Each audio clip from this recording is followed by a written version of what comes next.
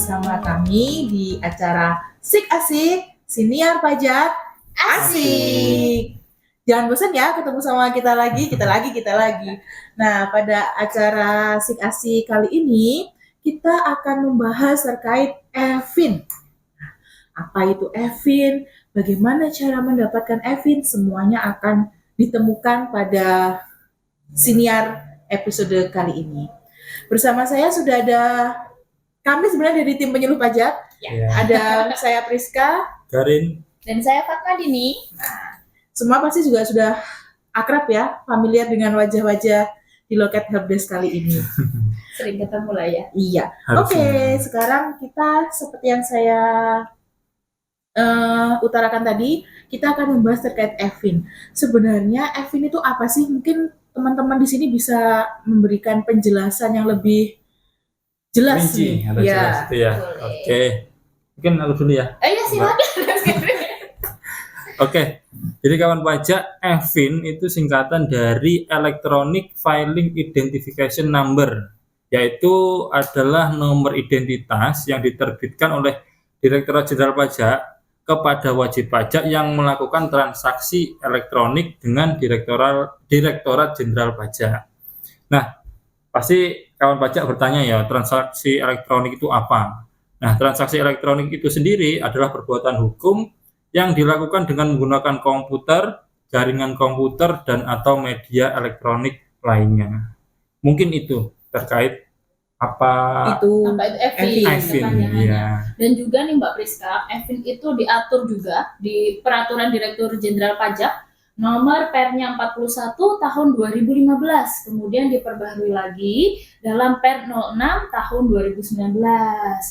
Nah, tadi kan Mas Garin sudah bilang nih terkait dengan wajib pajak itu melakukan seperti laporan dengan menggunakan EVIN. Nah, EVIN itu gunanya untuk mereset passwordnya atau membuat password baru, seperti itu. Baik, jadi tadi sempat dijelaskan ya, digunakan untuk wajib pajak yang ingin melakukan transaksi online. Nah, transaksi online itu dikenal dengan, biasanya disebut dengan DJP online ya?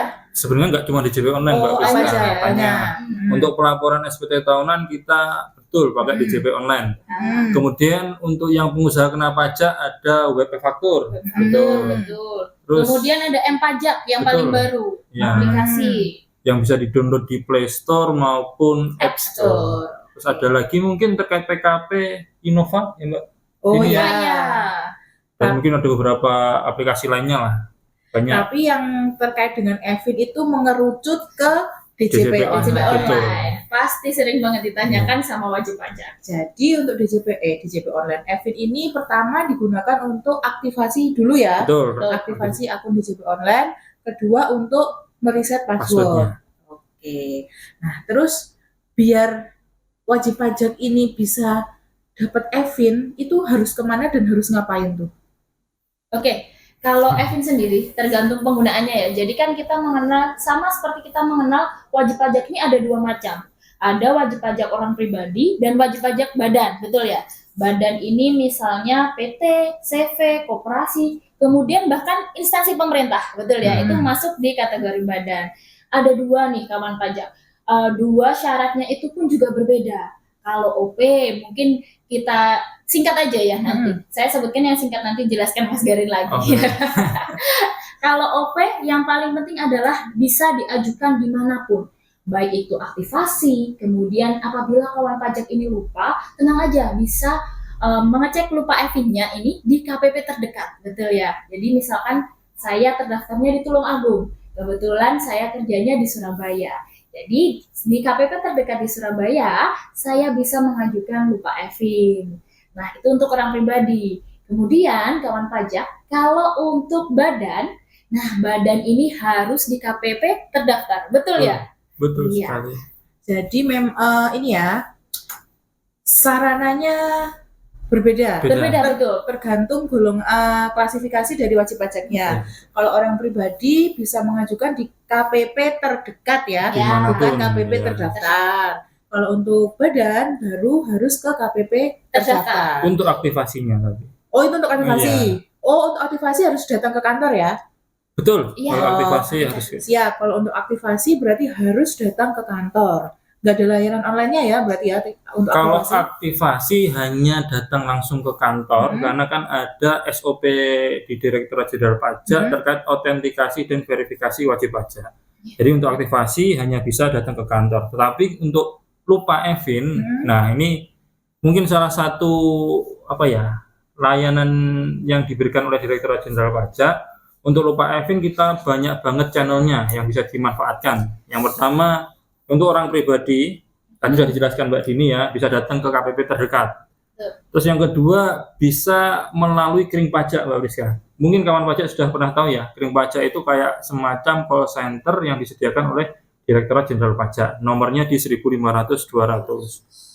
Terus yang ketiga itu kita kan punya website Mbak Priska, pajak.go.id. Di dalamnya ada live chat. Nah, itu bisa dimanfaatkan juga untuk lupa Evin. Terus yang keempat, tadi sudah dijelaskan Mbak Dini, sudah disebutkan aplikasi M-Pajak. Itu juga bisa. Tinggal di-download di App Store maupun Play Store. Dan terakhir, ada melalui email. Tapi emailnya bukan email kantor seperti dulu, tapi email khusus untuk lupa Evin. Emailnya adalah lupa.evin@pajak.go.id. Nah, itu untuk yang orang pribadi. Oke, jadi mungkin dulu di masa pandemi, Betul. wajib pajak bisa ya email ke KPP masing-masing ya untuk lupa Evin. Cuma sekarang sepertinya lebih diupdate lagi ya untuk terkait kebijakan lupa Evinnya. Dari emailnya nggak boleh ke KPP masing-masing, dipindah ke satu email di lupa.evin@pajak.go.id. Itu untuk lupa Evin orang pribadi. Kalau lupa Evin badan? Lupa Evin badan? Oh iya. Aku apa Mbak Dini? Saya lanjutkan aja Dari ya. tadi kayaknya saya diam aja. Nggak apa-apa, dilanjut Mas Garin pun nggak masalah. Oke. Siapa nih? Jadi apa aja? Untuk lupa Evin badan, kawan pajak, yang pertama bisa datang ke kantor, tadi sudah jelaskan. Yang kedua di kering pajak, dan yang terakhir di live chat www.pajak.go.id. Memang yang untuk badan tidak sebanyak yang orang pribadi. Karena memang ini ya, stepnya lebih Dokumennya lebih banyak lagi. Itu tadi kan caranya ya. Jadi dibedakan juga nih kawan pajak. Soalnya saya kan juga kita juga kadang ini ya megang WA konsultasi. Saya juga kadang megang Instagram nih, banyak yang DM minta Evin. Nah, kita perlu memperjelas dulu nih, minta Evinnya itu lupa Evin atau aktivasi karena memang jalurnya berbeda. Mungkin ada sama yang langsung datang ke kantor pajak terdekat ya, tapi kan kendalanya mungkin wajib pajak ada yang sedang bekerja atau tidak bisa datang ke KPP. Nah, itu yang perlu kita cross check nih, minta Evinnya tuh karena lupa atau karena memang belum pernah sama sekali. Terus tadi kan kita sudah membicarakan terkait caranya nih. Ketika orang mau aktivasi Evin atau mau lupa Evin, ada dokumen lain yang harus disiapkan atau cuma tinggal ngecat aja nih, lupa Evin, aktivasi Evin gitu? Pasti adalah ya Mbak Priska. Namanya juga permohonan, pasti dilampiri dengan syarat-syaratnya. Seperti yang Mas Garin bilang tadi bahwa sebenarnya perlu autentifikator. Ya, jadi ketika kita datang nih lupa Evin mau ke kantor pajak lah atau aktivasi Evin. Ini untuk wajib pajak orang pribadi dulu ya. Jadi orang pribadi silakan datang langsung untuk aktivasi ke KPP terdekat dengan mengisi formulir. Formulirnya ada di KPP. Jadi tenang aja kawan pajak. Kemudian dilampiri dengan fotokopi KTP dan fotokopi NPWP. Udah cukup itu aja. Dan pastikan memiliki email aktif dan nomor handphone yang bisa dihubungi. Iya, karena nanti Evin itu nge-link juga di email. Itu untuk orang pribadi. Sedangkan untuk yang badan nih, Mbak Priska dan Mas Garin, nanti kalau ada yang salah silakan dikoreksi ya. Ya, oke. Ya, nanti kalau untuk badan silakan nanti membawa fotokopi KTP NPWP pengurus, kemudian formulir juga. Formulirnya pastikan sudah ditandatangan dan distempel. Stempelnya wajib pajak badannya. Kemudian NPWP wajib pajak badannya, fotokopian juga. Setelah itu ada fotokopi akte pendirian atau akte perubahannya. Nah, itu itu diajukan langsung ke KPP terdaftar. Iya. Dan tentu saja yang datang harus yang namanya ada di akta Akta, ya. ya. Betul. Berarti kalau yang badan perlu digarisbawahi yang memang yang harus mengurus yang namanya terdaftar di dalam akta. betul. Sebagai pengurus. Iya, Ya, sebagai sebagai pengurus pengurus. dan juga penandatanganan tentunya. Oke, jadi kalau orang pribadi cukup bawa fotokopi KTP, NPWP, bisa datang ke KPP terdekat ya, sekali lagi terdekat, bukan terdaftar. Nah, kalau NPWP-nya badan untuk aktivasi Evin harus di KPP terdaftar. Itu untuk syarat-syaratnya. Terus sebenarnya apa emang setiap tahun itu kita membutuhkan Evin sih kayak Ya. kita sudah kayak setiap tahun harus minta Evin, minta Evin. Sebenarnya itu apakah harus setiap tahun itu wajib pajak meminta Evin atau cukup sekali seumur hidup? Untuk itu, ini kayaknya udah setiap tahun seperti itu. Apalagi waktu musimnya laporan. Jadi kawan pajak pasti selalu datang ke kantor minta Evin. Padahal kawan pajak yang dibutuhkan untuk laporan SPT tahunan itu password DJP online. Selama kawan pajak masih ingat passwordnya dicatat atau diapakan lah, yang penting ingat. Sebenarnya kawan pajak nggak perlu minta Evin lagi. Ya. Meskipun passwordnya lupa kawan pajak, Evin itu dokumennya kita kirim ke email wajib pajak ke kawan pajak. Jadi dilihat dulu sebelum mengajukan, dicek dulu emailnya ada apa enggak Evinnya. Baru kalau misalkan sudah nggak ada, jadi passwordnya nggak inget, di email nggak ada, baru kawan pajak nanti bisa ngajukan lupa Evin. Jadi memang sebenarnya apabila password akun DJP online itu ada, tidak perlu susah-susah mencari Evin. Langsung aja laporan. Seperti biasa. Karena memang toh pun juga Evin sebenarnya diperlukan untuk pertama kali aktivasi akun, registrasi, dan untuk mereset password apabila passwordnya lupa. Dan juga nih Mbak Priska, Mas Garin, Evin itu kan mengikat di NPWP. Jadi setiap tahun nggak akan berubah. Ya, betul. Kawan pajak. Jadi ini ya, semoga setelah siniar ini nanti tayang, di tahun depan wajib pajak nggak perlu panik nih ketika nomor Evin-nya hilang. Sementara akun DJP online passwordnya itu sudah ada. Gitu ya. Jadi memang kalau passwordnya ada ya sudah, nggak perlu cari Evin lagi gitu ya. Itu sebenarnya. Terus tadi kan sudah merembet laporan nih ya. Sudah disepil nih ya, merembet laporan nih. Mungkin ada yang perlu dibagikan atau diingatkan kepada kawan pajak ini terkait lapor SPT tahunan? Iya, kalau untuk kawan pajak, kebetulan mungkin ini akan tayang, sinar kita akan tayang di awal tahun ya? Di awal Maret. Di awal Maret. Jadi kan kawan pajak ingat kembali bahwasanya untuk laporan SPT tahunan adalah yang NPWP-nya aktif. Kemudian dipastikan kalau untuk orang pribadi itu laporannya maksimal sampai 31 Maret.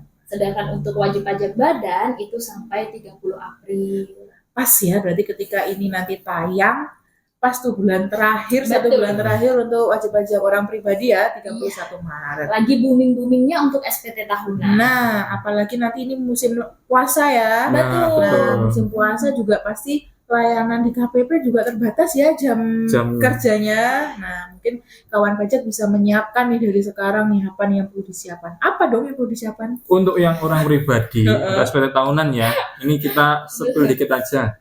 Untuk yang karyawan yang pasti harus membawa bukti potong. Bukti potong yang membuat bukan kawan pajak, tapi pemberi kerjanya. Jadi kalau misalkan sampai detik ini kawan pajak belum dapat bukti potongnya, minta ke pemberi kerja.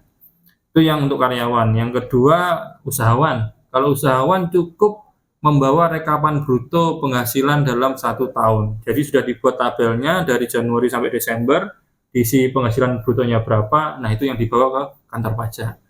Terus untuk yang badan, yang perlu dibawa itu adalah laporan keuangan berupa laba rugi dan neraca untuk tahun pajak 2023. Tahun sebelumnya ya. Betul. Dan jangan lupa distempel dan ditandatangan oleh direktur. Dan perlu diingatkan lagi Mbak, tadi kan disampaikan Mbak Dini, pokoknya NPWP yang statusnya aktif. Ingat ya, NPWP statusnya aktif, bukan kerjaannya aktif apa enggak. Betul. Gitu. Soalnya sering nih Mbak Priska yang datang ke kantor komplain, saya sudah nggak bekerja, usaha saya mungkin sudah tutup. betul. Saya kan nggak perlu laporan, nggak gitu kawan pajak. Yang nggak laporan itu kalau NPWP-nya tidak aktif atau non efektif. Selagi kawan pajak punya NPWP aktif tapi nggak ada usaha, tetap wajib laporan. Gitu ya, berarti acuan kita adalah status NPWP, Betul. bukan status pekerjaan ataupun status usaha, gitu ya. Nah, tadi Mas Garnya juga sempat udah jelasin ya, yang perlu disiapkan orang pribadi ini, badan ini. Sebenarnya kan laporan laporan SPT kan bisa dilakukan di mana saja ya, Betul. selama itu online. Cuma untuk memudahkan dan memperlancar, Iya. kayaknya KPP memberikan layanan khusus nih, atau memberikan layanan tersendiri untuk pelaporan SPT tahunan. Ya, kalau untuk selama masa penyampaian Mhm. SPT ini, Mbak Priska, Mas Garin, jadi biasanya setiap KPP memang ada satgasnya tersendiri. Jadi kawan pajak tenang aja, nanti antrian yang untuk SPT tahunan tersendiri. Nanti kalaupun ada kendala aplikasi, helpdesk-nya juga tersendiri, Berarti beda-beda. udah dimitigasi dari awal ya. Iya, betul. Untuk SPT sendiri, untuk layanan konsultasi yang selain SPT tahunan juga Iya. sendiri. Dan bahkan kadang kita masih ada ini nggak sih, jadwal pojok pajak. Oh iya. Jadwal Betul. pojok pajak di beberapa tempat. Misalkan kemarin di rumah sakit umum, Ada. kemudian di kecamatan. Hmm. Sering banget nih, nggak cuma di Tulungagung, saya yakin pojok pajak itu banyak banget nih kawan pajak di luar KPP Tulungagung juga. Bisa di kecamatan ataupun kelurahan. Untuk jadwalnya, kawan pajak nanti bisa ini ya, update di Instagram. Bisa di Instagram, Facebook, pokoknya di media sosial KPP Tulungagung itu pasti akan kita bagi untuk jadwal Pojok pajak. Tapi itu untuk wilayah KPP Tulungagung aja ya. Jadi Dan Trenggalek ya. Dan Trenggalek, iya sampai lupa. Dan selain itu di Instagram kita kan sering mengumumkan ada kelas pajak nih. Salah satunya Pak yang kita sering laksanakan itu kelas pajak SPT tahunan. Jadi kawan pajak misalkan kalau repot terus kalau nggak bisa tinggal kerjaan ya, terus ke pojok pajak kebetulan lagi nggak di rumah atau ada acara, bisa ikut kelas pajak yang online. Nanti untuk jadwalnya dan linknya kita share di Instagram juga. Kawan pajak tinggal diikutin di kantor ataupun mungkin lagi di jalan sambil nonton HP bisa diikutin untuk ngikutin kelas pajaknya. Terus sama lupa Evin nih kawan pajak, untuk orang pribadi masih bisa dilayani di pojok pajak juga. Ya. Jadi memang semakin untuk memudahkan wajib pajak dalam lapor SPT tahunan tepat waktu, KPP Tulungagung ini ternyata membuka layanan yang sangat luas dan lebar ya. Tidak hanya di KPP, kita juga menyediakan di pojok pajak. Di ini ada ya kayaknya ya, yang alun-alun itu mall pelayanan. MPP. Oh iya, Mall pelayanan publik. Itu kita juga ada ya.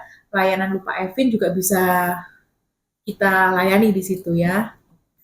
Nah, jadi sudah cukup jelas ya penjelasan kita terkait Evin tadi dan juga sempat di-sepil, nggak cuma sepil sih, juga dijelaskan. Bonus penjelasan terkait SPT tahunan. Oke, nah kawan pajak mungkin bisa saya rangkum kembali. Jadi tolong dibedakan antara aktivasi Evin dan lupa Evin. Karena untuk mengurus dua hal tersebut itu layanannya berbeda, jalurnya ya. Mungkin bisa sama yang bisa datang ke KPP ya. Tapi untuk aktivasi Evin hanya bisa dilakukan di KPP. Nah, untuk lupa Evin tadi bisa kemana-mana sesuai layanan yang disediakan tadi. Contohnya bisa live chat, kering 1.500-200 atau lupa Evin @pajak.go.id. Jadi sekali lagi diingatkan, mungkin bisa aware nih ya kawan pajak kalau memang butuh Evin tuh yang dibutuhkan memang lupa atau belum pernah aktivasi gitu untuk Evin. Dan untuk laporan juga sekalian kita ingatkan jangan lupa 31 Maret ya, kurang 1 bulan lagi nih. Nanti kalau mepet-mepet ya resikonya ya ditanggung karena memang kita tidak bisa menjamin kenyamanan wajib pajak lapor mepet tanggal 31 ya. Kita hanya bisa menghimbau wajib pajak untuk bisa segera melaporkan SPT-nya. Baik, acara siniarnya sudah selesai karena materinya juga sudah habis ya. Kita sudah kehilangan kata-kata dan kehilangan kehabisan bahan. Apabila ingin ditanyakan, Loket Helpdesk terbuka lebar untuk kawan pajak dari hari Senin sampai Jumat jam 8 dan sampai jam 4 sore. Baik kawan pajak, sekian Sik Asik episode kali ini. Sampai bertemu lagi. Sik Asik, siniar pajak asik. Asik.